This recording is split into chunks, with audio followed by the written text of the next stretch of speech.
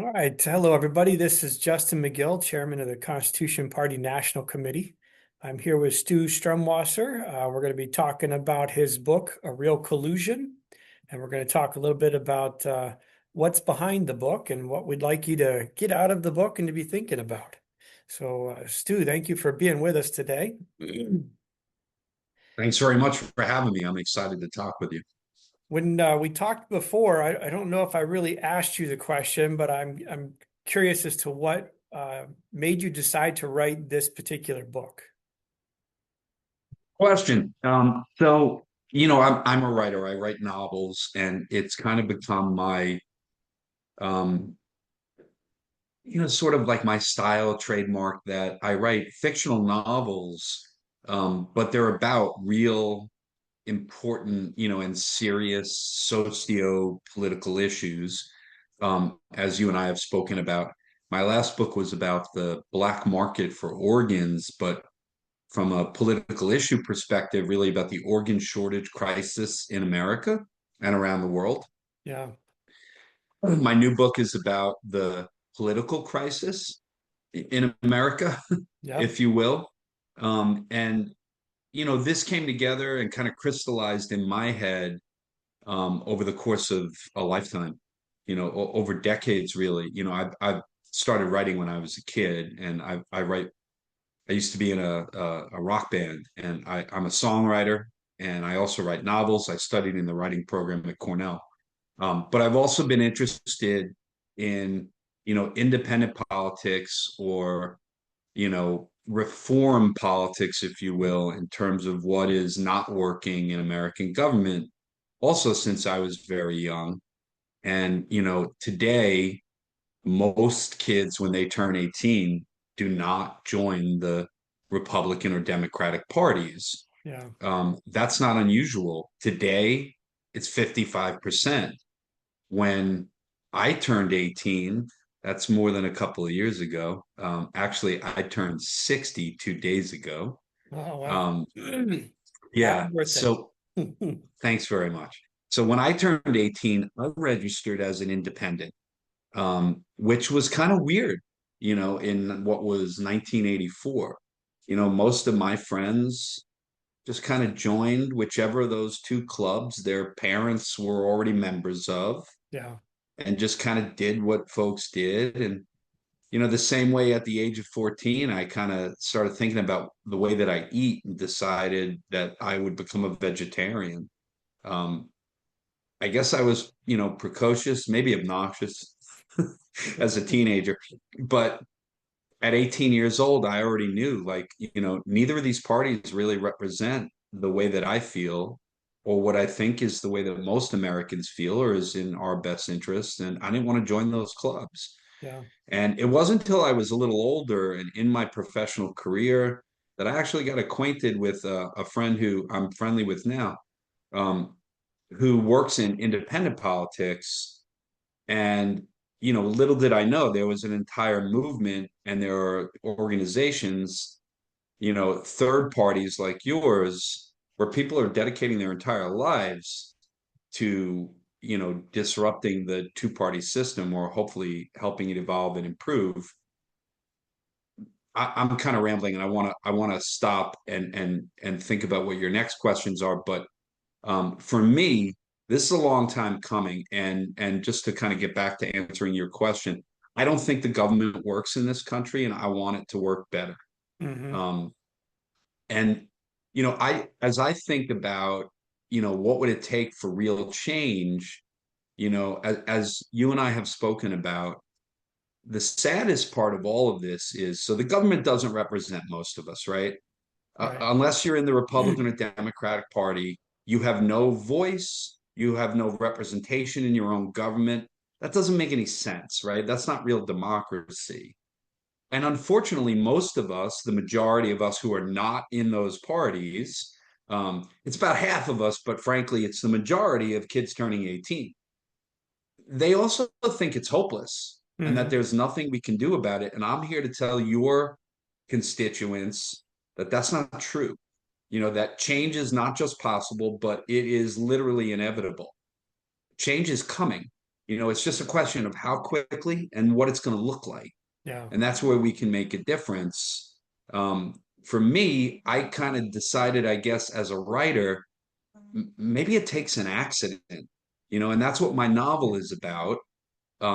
It's an accident, what happens to these guys. By the way, if I'm going to plug my book, it's arealcollusion.com. Um, and I think you're going to show a link that your members can buy it at a discount. But Yeah.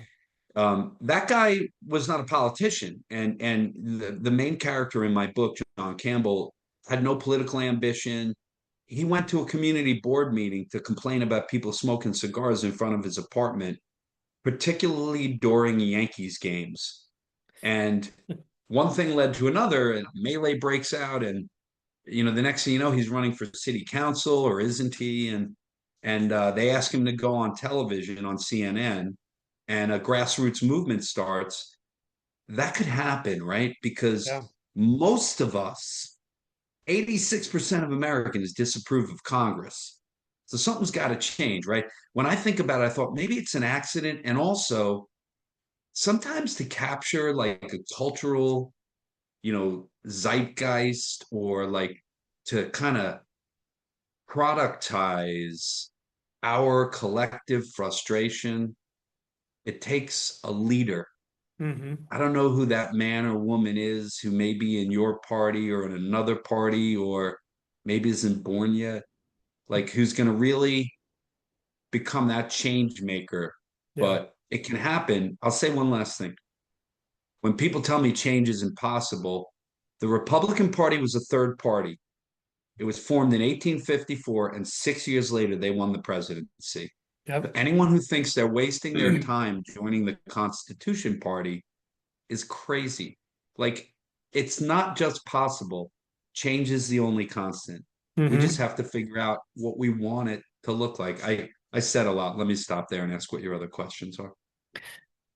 Well, it's something you had just commented on. I got sucked back into the book, which it really drew me in. And it was kind of funny because I had trouble sometimes remembering what was real history and what was the fiction of the book, uh, which was interesting to me just in looking. Justin, for me, that's a big compliment. Well, it's good. I love to read, and so I'm always a skeptic at the outset with a new author, but I really did get sucked into this. Um, and part of it was the fact that I've seen parts of the collusion that you reference in the book throughout my life. We've seen it for so long that it starts to become a little tricky to determine what's the fiction you're adding to it. So Well, it was it fascinating that way, and without spoiling the storyline, um, the thing that I drew from that was just the reality of the possibility of that sudden change. Um, Yeah. So I have these conversations every day again now. And I did some work in politics a long time ago, and then it wasn't really my focus. With the book coming out, I'm discussing these issues and these problems and these opportunities, every single day now. It's really funny. I said it was my birthday 2 days ago.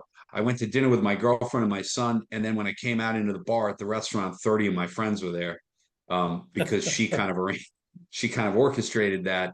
And one friend of mine had just read the book, and it was really cool. He said something similar to you. He said, there were a couple of times that I looked up the name of characters to see if they were real or you had made them up. right? And that's really cool, right? Because it is in some ways like an alternate reality story. And to be clear, right? And read my book, please. And it's not like a boring analytical, forensic analysis of politics. It's a thriller, Yeah. and it's an exciting and interesting story. But I just want to show people, one version of what's possible here. It's really interesting because when we talk about this idea of, does it take a leader, right? Or does it take just a guy or a gal who happens to be the right person at the right time? The one, movement in modern history during my lifetime where someone really kind of, cracked the ceiling and disrupted the system in a way that was quite threatening, to the the duopoly of the Republicans and the Democrats was Ross Perot. Hmm. And, I had a really interesting conversation about this recently and was reminded.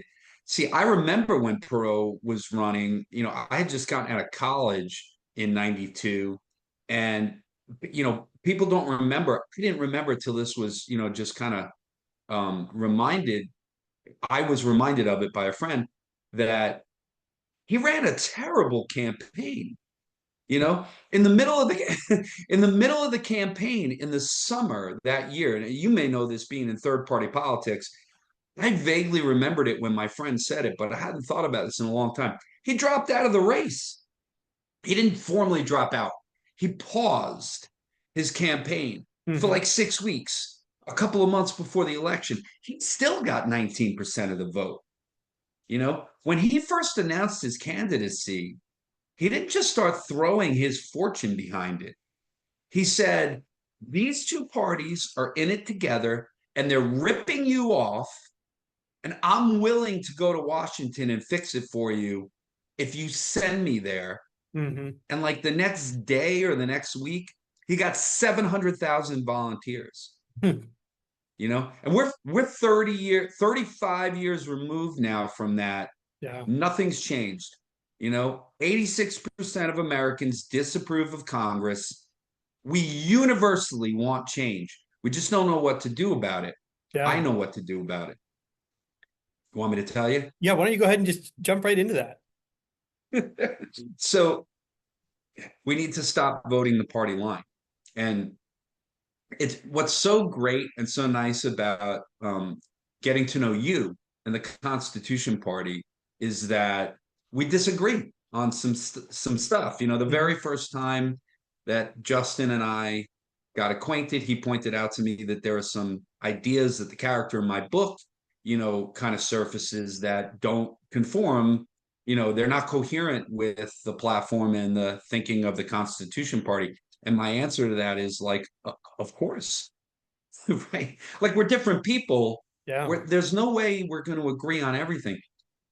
What establishes the value and the character of a relationship is the way that we manage our disagreements. It's easy for everyone to be pals when they agree. Hmm. What's going to happen when we disagree, right? But we're all Americans. Yeah.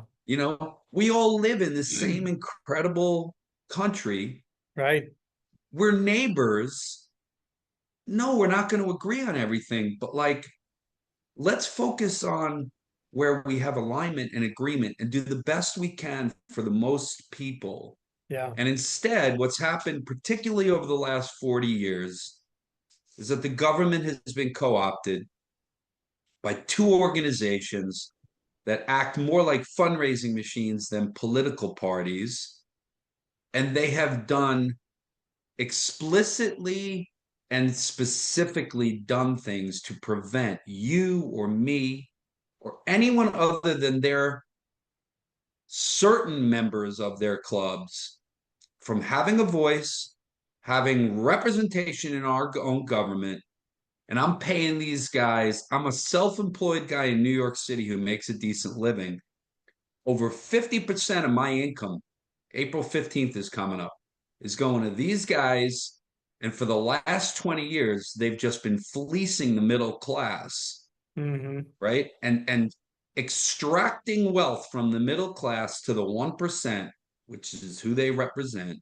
I want that to change. Yeah. And I'm sorry, again, I'm kind of a little all over the place, but this is the thing. The big thing that has prevented and undermined change in government in America in the last few decades is that they've sold us a bill of goods, the Republicans and the Democrats, that if you vote third party or independent, you're throwing your vote away. And that's the way that they've brainwashed and pushed us like cattle down this road where they're able to continue to control the system. What I say is we must do the opposite. Yeah. 45% of Americans identify as independent. There are people with different ideas in your party, in other third parties.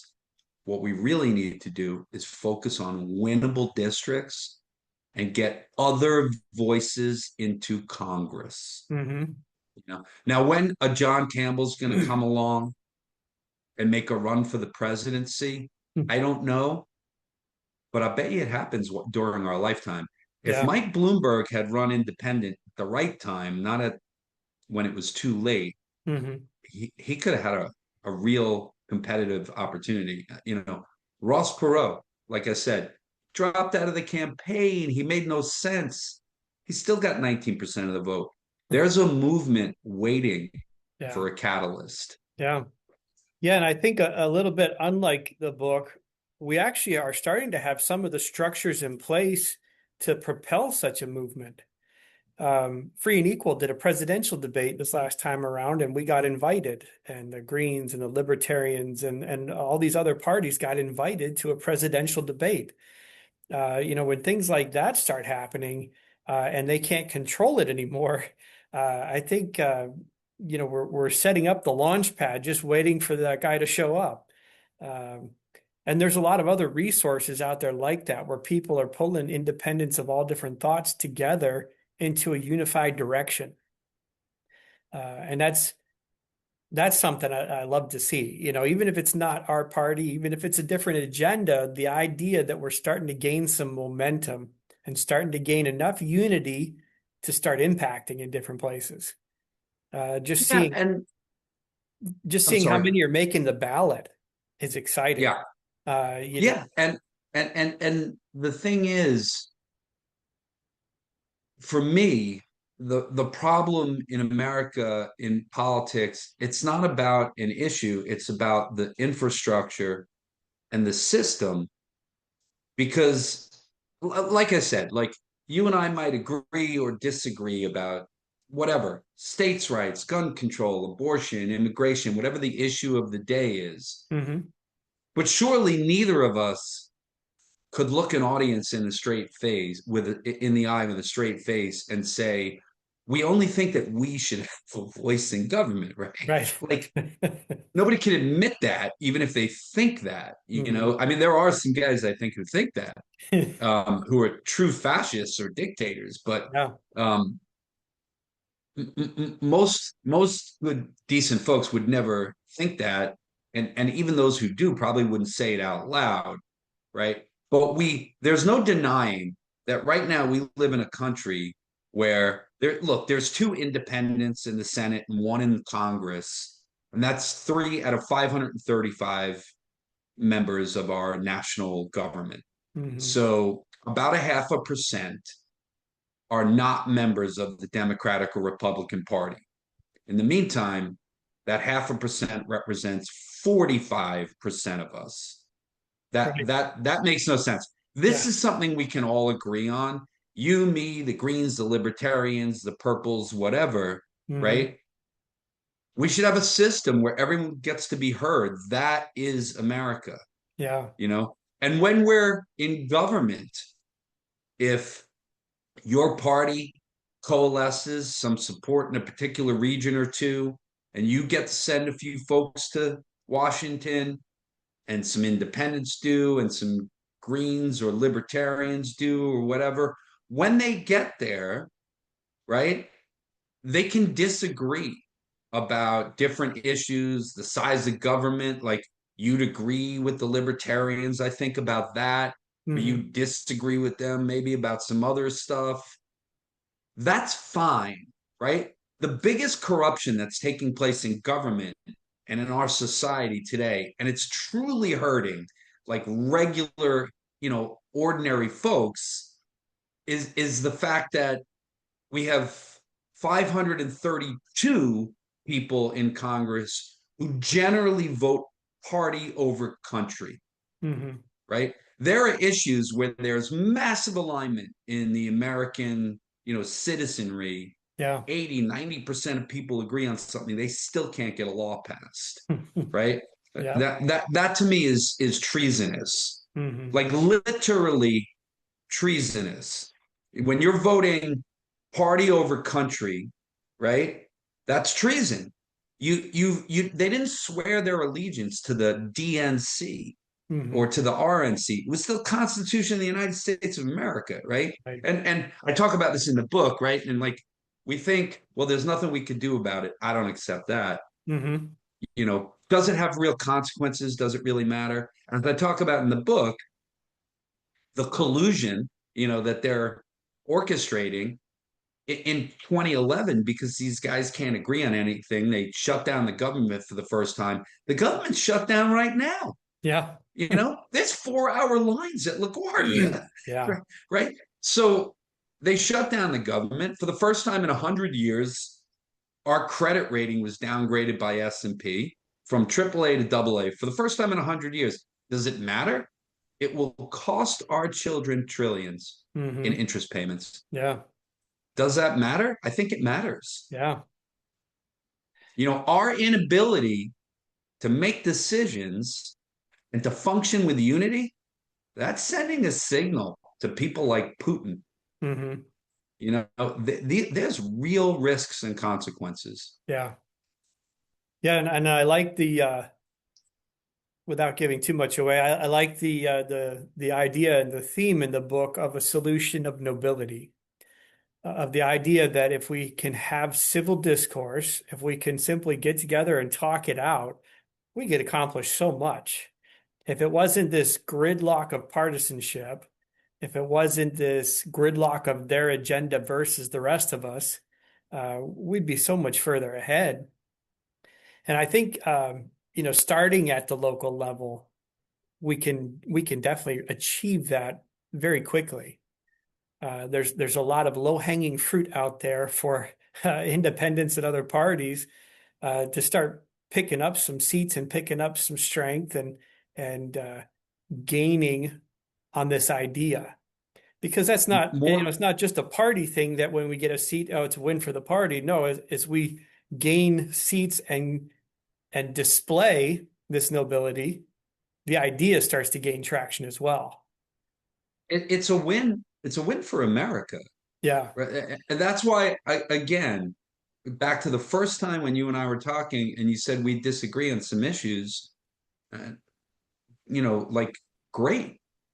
I mean, it's insane to think that we wouldn't, right? Yeah. Like, but it's not just nobility. I mean, what you're saying, I don't know how big our audience is today for this conversation. I assume it's millions, but ladies and gentlemen, like, this is core to my novel. It's not that we need to bring back nobility, although that would be cool, right? If Justin Timberlake could bring back sexy, maybe you and I could bring back nobility, There you go. right? I'm not the guy to bring back sexy. What I really was talking about, I mean, that would be amazing, right? But for a long time, I think the government functioned because there was nobility, but also there was just this core idea that, like, we're in it together, where we may disagree on some stuff, but we're Americans, Hmm. right? And and this is, as you know, like, this is the story in the book. My theory, and I don't think it's unique to me, but it is the story in the novel, is that for a long time this government did function pretty well because there was some nobility there from the days of the founders, right? Like, I mean, the country started with these guys, their lives were at risk. Hmm. When John Hancock signed his name real big, he wasn't doing it to be funny. He was making a statement, right? Like, they all knew, if we lose this battle, they're going to cut our heads off, right? And ever since, there's always been some existential outside threat to America and even to democracy. Hmm. You know, the Korean and Vietnam Wars were proxy wars about freedom versus communism, and so, we might disagree about what our border policy should be, or what, our view on entitlements, but we sure know that we agree we don't want the Soviet Union taken over. And so, whatever our internal disagreements were, they worked them out. Right. That's what government is supposed to do. Like, Yeah. it's innate to a functioning government, or really to a governing body in any organization, private, public, or otherwise, to get shit done, Mm-hmm. to accomplish the work of the organization and its members, in this case, of the people of the country. But these guys don't, because, and my theory is that when the wall came down and the Soviet Union no longer threatened us, all of a sudden there was a shift in mentality between the Democrats and the Republicans that I don't agree with these guys. I don't want to have their administration. And frankly, if I don't compromise and we shut down the government or we don't pass a bill or whatever, what's the big deal? Mm-hmm. What's going to happen? There's nobody threatening us anymore, at least so they thought, right? And so whoever got elected took control of Congress or the presidency. The opposition party spent the next 4 years trying to undermine them Yeah. so that they could then get power, and with, I guess, without having the foresight to realize they'll then be undermined. But that's not the way it used to be. Yeah. You know, it Yeah. used to be when I was a kid, you know, the concession speech for the presidency, it was, it was proper etiquette and kind of industry standard for the concession speech to include support for the new president. Mm-hmm. They would say, he was my opposition, he was my adversary, but now he's my president. And I'll do everything I can to support him and hope that he'll be successful on behalf of the American people. Is that the way it sounds today? Mm-hmm. No. No, right? So what do we do about it, right? Like that's the real question. People always, we go around and around with, it's easy to complain. What are the Yeah. solutions? It's back to what you said a minute ago. At the local level, getting different ideas from people that represent, you know, disenfranchised groups. I mean, look at me. I'm like a wealthy white guy in New York City. You would think that I'm represented. I am not. I'm not a Democrat. And Mm-hmm. frankly, I don't like the Democratic Party, right? And so, you know, just getting a new and more varied set of opinions, reference points, cultural ideas, and representation that's truer to the cultural and socio-demographic makeup of the country Mm-hmm. into government. Like that's the goal. And Yeah. where does it go from there? This is something that I've really kind of come to recently. We don't know. And maybe that's fine. Like Mm-hmm. this much we know. Those two parties don't represent everybody. They're serving their own self-interests. That's not the way it should be. Let's get some more fair representation. And where it goes from there, I don't know. Figure Yeah. it out later. Yeah. And I think we've allowed the partisan mindset to really disrupt community. You don't have a lot of community anymore where neighbors just come out and spend time together, or where they have local private clubs and organizations where everybody comes to support them. We've really lost a lot of that, and I don't know if it's just politics as much as a combination of politics and technology and other things that are built into that. But I think a lot of these younger generations are starting to fight to get back to that. They're starting to see that's missing in their lives and looking for it in a way that some like the millennials aren't really looking. They're just kind of lost. Some of the younger ones. Justin, I very strongly agree. And as you know, again, talking about the book, Mhm. um, it's called A Real Collusion because there is a real collusion. When I say that, generally people start kind of raising their eyebrows or rolling their eyes like this is conspiracy talk, Uh-huh. but it's not, right? Yeah. Actually, let me give my favorite example to your audience. You were talking about the presidential debates. When I was a kid, and you and I talked about this, they were hosted by the League of Women Voters. It's a nonpartisan group. In 1987, the Democrats and Republicans got together and decided, why should we have to worry about any third party threat? Like it's bad enough we have to deal with each other. Screw the League of Women Voters. we'll create a new entity. Like nobody believes this when I tell them this. Mm-hmm. You can Google it in 2 seconds and you'll see that I'm right. But this sounds like it's something out of a John Grisham movie, right? Like they created an entity called the Commission on Presidential Debates, which was literally co-chaired by the head of the RNC and the head of the DNC. They stole the presidential debates from a nonpartisan nonprofit, that had just been doing the work of the people. And Yeah. for 9 election cycles, they just refused to include anybody else. And they did that by setting the bar for participation at an impossible level that was triple what it takes to get federal matching funds. The Mm-hmm. one exception being Ross Perot.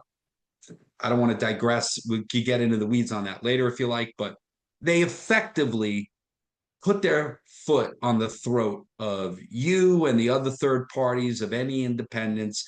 And the craziest part, this is the part that's really funny, is it even got to the point now where in 2024, they don't even use the Commission on Presidential Debates anymore. They just said, screw it. Why even pretend that this is a real government?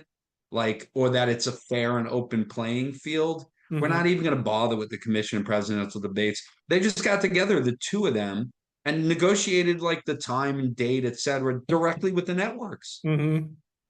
Like, how would we ever hear a different opinion? Right. How would the 45% of us who don't belong to those clubs ever be represented?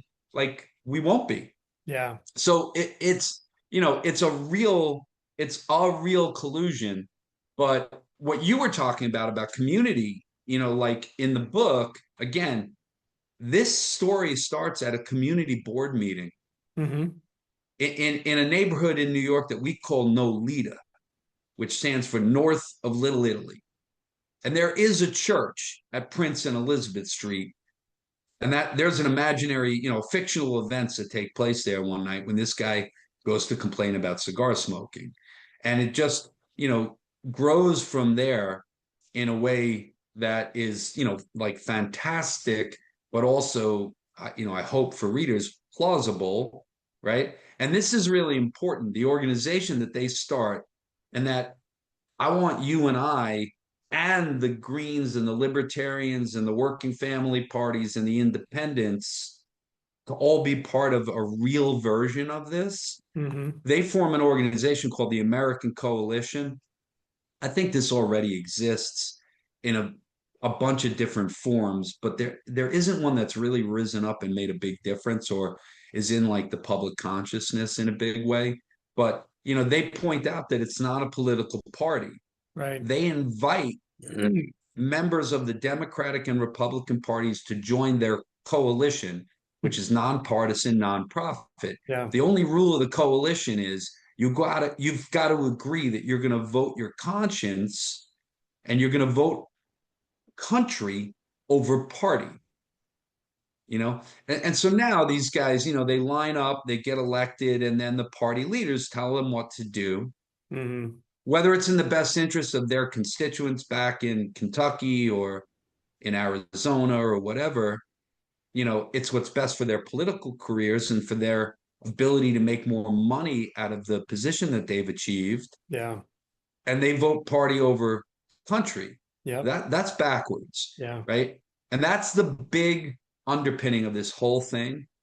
Just having reasonable and fair representation of everyone in a government where they're voting for what they think is right, not what is going to make them rich. Mm-hmm. Yeah. And there, as far as solutions go, we can definitely debate the merits of various solutions, but as a whole, we have to get together and start moving forward with some solutions. If we just keep up with the same old, we're not going to get anywhere. And I Well, think, I'll tell you what the risk is, where we're going, right? Again, you and I have spoken and we've talked about this offline, but I point this out in the book. The richest 1% of Americans owned 20% of America's assets 20 years ago. Now they own 30. mm-hmm, So it grew by 50%. I'm not talking about the amount of money. I'm talking about the portion of money that it represents the wealth of America. yeah, it grew by 50% just in the last 20 years. And where did that come from? Well, it didn't come from overseas. It didn't come from the poor. It came from the middle class. How did that happen? Because 70% of everyone in Congress is a millionaire, Hmm. several are richer. And by legislating and massaging the tax code, they have literally extracted a massive amount of wealth from the middle class. Yeah. And, forgive me because you've heard half of this before, but, I've started to kind of glom onto some lines that I've been like using over and over. Henry Ford, when he invented the car 100 years ago, was like, I'm going to pay my factory workers more than I have to because they have to be able to get a decent living so they can afford to buy a car. Hmm. And it worked, right? And Yeah. sometimes that 1%, the rich, they forget that the rest of us are their customers, Hmm. So when you put your customers into poverty or you shrink the middle class, not only are you first you lose your customers, and if it continues in an extreme manner, then you lose your heads. Yeah. And that's what I'd like to, see us avoid, right? Like Right. this literally is unsustainable. I mean, there's no one happy about government in this country. Hmm. You mentioned millennials. Forget millennials. Millennials are getting old already. Gen Z, now 55% of them, not 45, they don't join those clubs. Hmm. None of them trust them, right? Yeah. And eventually, like the consequences could really be severe, you Hmm. know, but it is fixable, and maybe if we could get a few new voices into Congress and we could learn to disagree respectfully, and you and I don't agree on everything, but we can still go to the same meeting, offer our opinions, Yeah. vote, and do that in a way where at the end of the day, we remember, well, I didn't agree with him about this. I'm not glad they did that or made that decision, but, we're all Americans. Hmm. At the end of the day, we just want what's best for the country, Hmm. right? Could we get that back? Of course we could. Yeah. I mean, frankly, for most of this country's history, I think that's the way government operated. Hmm. We're so skeptical and cynical now, and for a lot of us, I think the last 40 years things are out of whack. So if you're under 40, you don't know any time better, but it Right. was different. Yeah. I truly think there was a time when most folks that went to Congress, like they could have made more money practicing law in private practice, Hmm. but they went because you know, they were decent folks, like trying to serve the country, trying to serve people. We Hmm. can have that back. Yeah. Yep. And I think I've seen one or two examples around that we've actually achieved that, um, even within the R's and the D's. But I think you have so many of the people that are registered with the R's and the D's that are dissatisfied with what they're getting, that now is an ideal opportunity to just break away from the two old dying parties and spread it out a little bit. Get a more plurality of opinions in there, and then we can work to make consensus rather than just one controls and then the other controls and moves forward that way. Yeah, and it doesn't move forward. Yeah. I mean, they pass from a mechanics perspective, right? Just simple. I don't know what the metric is, but they pass less laws now than they did 100 years ago, Hmm. right? I mean, it's all just about. It doesn't even make sense, right? Like it's all about vying for the leadership of a dysfunctional, unproductive duopoly. Hmm. They keep fighting for that leadership, and I mean, yeah, I guess you have more power as the leader than the opposition, but the system isn't working. Yeah. And I think it goes back to what you said earlier. It's about generating money. That's what the two parties are all about right now, is just generating money. And so the higher you get, the more money you can generate for yourself. And I don't know where you stand on this, because we definitely have some different views on some things and very similar views on others. But I think Citizens United was a tragedy. mhm, And, it shouldn't take $1 billion to run a campaign. right. Yeah, I mean, that just doesn't make any sense. Yeah. We didn't leave England. Yours, look who I'm talking to. Yours is the Constitution Party. We Mhm, didn't leave England 250 years ago to build a country where whoever has the most money gets to decide what the way that we should all live. right. Yeah. Yeah, and that was the whole purpose in having that the lower house, the House of Representatives. It was to be representing us common folks, not necessarily the billionaires. And I think we have become lax as a people, just with the way the two-party system was running for a while, and the way that we were trained. You get your career with this company and you stay with them for your lifetime, and you retire, and there's loyalty. And it was the same way in the politics. You got in with this party and you stay with them, and there's loyalty. Only when they party Not with the wise, president. yeah, well, with party wise, when they stop earning your loyalty and they treat you as simply a resource for election time, and then discard you for the rest of the time. We have people that aren't breaking when they common sense tells you you probably should. And so I think that was the holdup up till now, but I think they're starting to age out. The people that think that way are passing on, and these younger generations are coming in a little bit more alert to what's going on around them. They're not as blindly loyal, and they're ready to move in the best direction rather than just stick with the bad direction and hope for the best. And so I They're think not even. Oh, I'm sorry. Go ahead. that's right. I was just saying, I think we might see a shift starting pretty soon as these younger generations are starting to get uh, to the age where they're gaining control of government in local areas. We start to see more of a shift away from blind partisan politics for money making to that's just not working. We need to fix it differently. So I think we have an opportunity like we haven't had in a long time. And it's just a question of what's going to be that trigger. When's John coming along to get us started here? Yeah, there's that. Like, what's the catalyst? Is there a leader, a man or woman, who's going to really organize and help affect change? But also, the big thing, it's easy. Like I said earlier, it's easy to complain and talk about the things that don't work or what you don't like.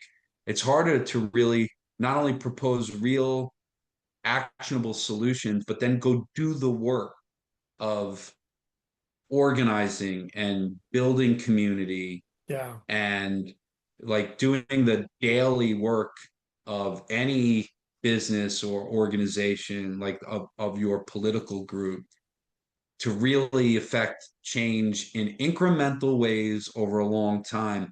That's the hard part. But, more and more, I'm starting to understand, like people used to say to me, so you don't like the two parties. What do you think? It would be better to have a parliament? Like there's pros and cons there too, right? Like mhm, we'll have a vote in no confidence, every 10 minutes. And that's not what I'm saying. yeah, But it's easier and more clear to say what's wrong. What is right and what do we do about it? More and more, I've come to think that it's really simple. Actually, there's an enormous disconnect in the having a voice in the way that we run the country and our lives, and having representation in Congress, and the cultural and demographic makeup of the country. Like they don't match. yeah, So many of us, you and me both, right? We're not represented. We don't have a voice. We're not represented in Congress. And I know that that's wrong. mhm, Now what do we do about it? You guys have an entire, you're a political party. You have an entire detailed platform and agenda. I'll tell you mine. Remember what Edmund Burke allegedly said. Unfortunately, after I printed this in my book, I found out he might not have ever actually said this. But he's credited with having said that evil triumphs when good men do nothing because they could have only done a little. Hmm. And so my big thing now, like, look, I want to sell books. I wrote this incredibly exciting, cool story. The initial reviews are great. People really seem to like it. I want people to Hmm. read my book because I'm an artist. But from a mission perspective, yeah, I do really care about this stuff. What do I want? I want regular folks. And if there are, by the way, all jokes aside about how many millions might be listening right now, if there are 11 listening, or if there's 111, maybe there's more, doesn't really matter, right? Like anyone that I can get to listen, like I care. When I grew up in the 70s in America, I had this conversation a few hours ago with someone. We were really proud to be American. Yeah. We loved our country. Everyone did. And when I was a 10-year-old kid, a 12-year-old kid in high school, we thought, like what Winston Churchill said, right? Like democracy is the worst form of government except for all the other ones. And we used to and we used to think, whatever imperfections America might have. I mean, it was coming off the Vietnam War, like there was plenty of civil unrest and disagreement, but we absolutely thought like, man, are we lucky to have been born in America? Hmm. The greatest country ever. I know what that feels like. You don't. Like you're younger. You may not even understand what that kind of nationalism and love for country, universal love for country feels like. Right. I tasted that. That is possible. And what I want, from other folks, and I'm gonna promise you that I'll do, my part is not to, do nothing because you could have only done a little. Just do a little. Yeah. And when we talk about specifically what is that little, and you're gonna like this part, it's don't vote for the red or the blue team Hmm. just because you think that it's the only option, Yeah. right? And I just want to tell you one quick story about why people should vote for the Constitution Party or for an independent or another third party if they politically and philosophically align with your personal views. But don't not vote for the Constitution Party or those others because you think you're wasting your vote. This is where they have screwed us. Hmm. This is where they have brainwashed, you know, the the great unwashed, to vote against their own interests, Yeah. their own economic interests. Because I'll tell you a quick story. When Trump ran against Hillary, I posted to Facebook. It may have been my last Facebook post. Like I'm not a big social media user. I'm trying to get into it now for the novel. My publicist has like made me open an Instagram account, and it's just crazy. But I posted to Facebook. I'm proud to say that for the first time in my life today, I voted for a woman. And I'm just as proud to say that it was not Hillary Clinton. And because in almost every single presidential election in my life, I have voted for a third party or independent candidate. Hmm. Um, I don't think this is the right forum for me to tell you about the one or two exceptions.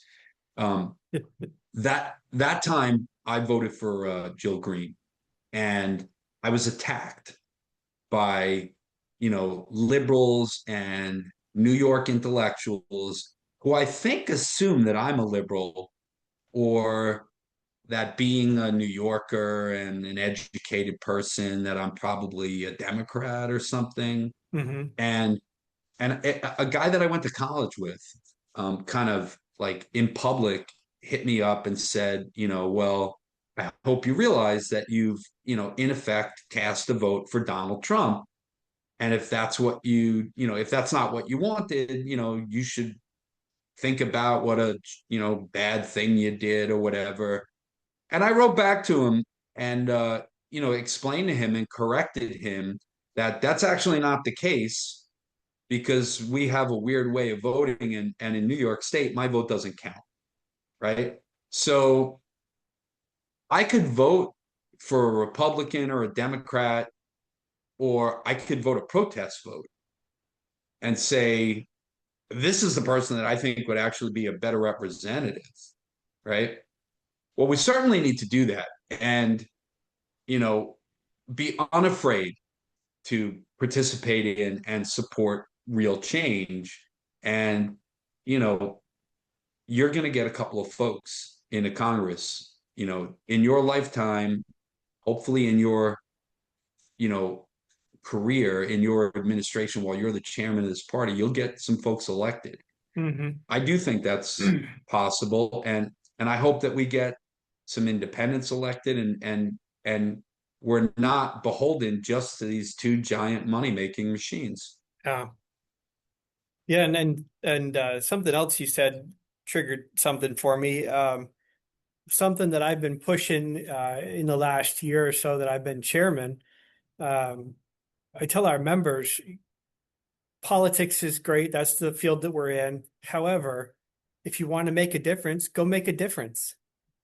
We right now have opportunities all around us to do all kinds of things. We are a very limited government stance. So if government shouldn't be doing it, who should be? You see somebody in need, maybe you should be the one helping them. Maybe you should be organizing to help your community for various things. And there's a lot of organizations already started on these things. So I think, you know, in the book, it was kind of an accidental that he solved his own problem at the beginning, but they worked it out. So Well, what are we that's the doing? key. Yeah, what are we That's doing the right key. where we're at to solve what we can do? What little it is, what are we doing to solve that? Um, and I think the more of that we can accomplish on our own, the less government, the less politics, the less politicians can really interfere and mess up. The less we have to worry about them not listening to us if we're actually putting the effort into doing it ourselves. And so I constantly tell my people, politics is great, but what are you doing right where you're at to solve the problems that you're seeing? And Well, it, I strongly agree with you, and this is another place where I think we have agreement. You and I, your party and my personal views, we don't agree on everything. We definitely agree on this. For me, the government should be as small as possible, as long as it's big enough to just ensure that critical needs are serviced, but that the playing field is level and Mhm. fair, Yeah. right? That's the role of government. Like I'm a capitalist because I live in the real world, and I believe that profit motive is very powerful. And we can hope, talk about dreams and living in a fantasy, but that's the way the world works. Hmm. So I believe very much in, as much as can be accomplished in the private sector, it's a more efficient, more effective way of getting things done. But you do need to have a referee, that we all chip in and pay for to just make sure that everybody's acting fairly. Right. Um, but absolutely, right? Like the less that we rely on government, the better. Government Mhm. doesn't do a lot of things really efficiently or well, Yeah. but it's still critically needed, right? Like there's a balance, and there's a Yep. need for the public sector, to go hand in hand with the private sector. Yeah. But, like the crazy thing is, again, it all comes down to money, Yeah. and like I said, it's like my book comes out on April 1st. 2 weeks later, it'll be tax day, and we pay a lot of money in taxes, to a giant bureaucracy that not only does, a poor job at a lot of things, but, is run by people who are, you know, aggregating wealth and power at the expense of the majority of us. Yeah. We don't have to take it, Right. because we do still live in a democracy that's semi-functional. Hmm. We should fire them, Yeah. and we should vote for the man or woman who is actually going to do the work of regular folks and represent their community, in an honest and transparent way. And like I said, this is like the third or fourth time I've referenced this, but I think it is like the fundamental idea. Like, I think they've bamboozled us into thinking that you can be an independent, but in New York, half in New York, three-quarters of those independents, when they go to the polls, they vote Democrat. Hmm. I don't. Yeah. If maybe if we could just convince a few people to just, determine who you think would actually govern best, vote for that person, even if you're not going to win. Actually, let me reference one thing from my novel, realcollusion.com, www.arealcollusion.com.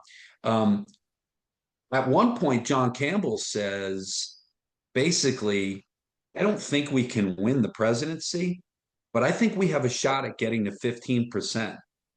And if we do, they can't keep me off the stage, and then everything changes Yeah. because they're going to have to respond, Yeah. you know? Yeah. But at some point, we've got to push things far enough to make that happen. Well, I appreciate you coming on with me and talking your book, but also beyond that a little bit. And you said the book comes out, but I want to clarify it's already out now, electronic form, ebook and things like that. It's a hard copy that comes out. Your members can purchase the book before the actual release date. Okay. So depending when you're going to actually show this video to folks, Hmm. your members can purchase the book through a link they can get from the Constitution Party. Yeah. But to the public, it's available on April 1st. All right. So we've got an extra little edge there to get in the know. Well, we as I'm sure you've told folks, we made a little deal that if you gave us an opportunity to be heard, the way that you and I both want the government to allow all of us to be heard, Hmm. if you gave me an opportunity to be heard, we provided a little discount on ebooks to your members and constituents, and we're also donating a few dollars from every book sold to the Constitution Party. And by the way, I'm nonpartisan. I'm trying to cut the same deal with people that completely disagree with you on everything, right? Hmm. And if we're wrapping up, I'll say this. So I just had a conversation with a social media influencer who is like a political influencer. What an interesting woman. Um, she she said to me, this was yesterday. She said, I'm not an expert on politics. I'm just like most people, just tired of, what I see, and I wanted to try to, do my little, right? Hmm. So she started a social media presence like around a year ago. She has 180,000 followers. And we were just talking about, what kind of, you know, panel discussion or interview like you and I are doing could she and I do? And the idea that I just surfaced with her, which we're going to talk about, is, like I was saying a few minutes ago, in the book, they formed this American coalition, and Republicans and Democrats start to join Yeah. because it's not a party and there's Yeah. no political agenda. The only requirement is that you just agree, I'm going to vote for what I think is best for America, Mhm. not for me or for my party. That's what I'm signing up for. That's my pledge. And if it wasn't good enough that I pledged my allegiance to the Constitution of the United States when I was sworn into Congress, if for Mhm. some reason that didn't do the trick, I'm going to step up even further and make a public declaration by joining this American coalition. I Yeah. just emailed her and said, I'm starting to make friends with some organizations that have very varied and often different, political agendas and perspectives. We should all get together, you Mhm. know, and have these kind of discussions and spirited debates, if you will, about the details. But like all people, all decent people of good conscience have to agree that we all deserve to be heard and that democracy is the best of the worst choices and that a true democracy means we all have a fair opportunity to have a voice, to have fair and equal representation. So even the guy you don't like or you don't agree with, the First Amendment, right? Like lots of young men have gone to war over the last 100 years to fight for the right of people they disagree with to say what they want, because that's America. Hmm. Maybe if we like kind of joined up people of completely different, disparate political and philosophical viewpoints, but if we all aligned around one idea, we all deserve to be heard and represented.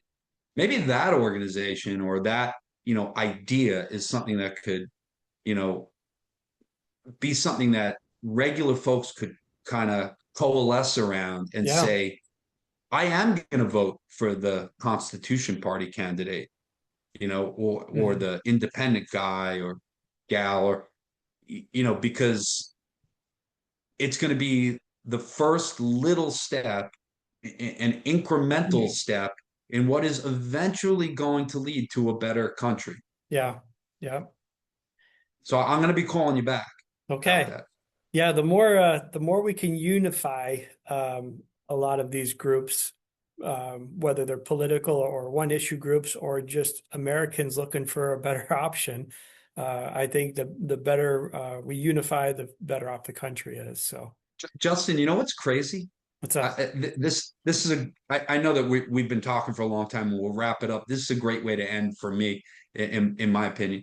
Like that's the way the government's supposed to be, right? Like it's almost like we have to start a reform movement and get people with completely different ideas, right? Like your group, this other group, the independent group, whatever.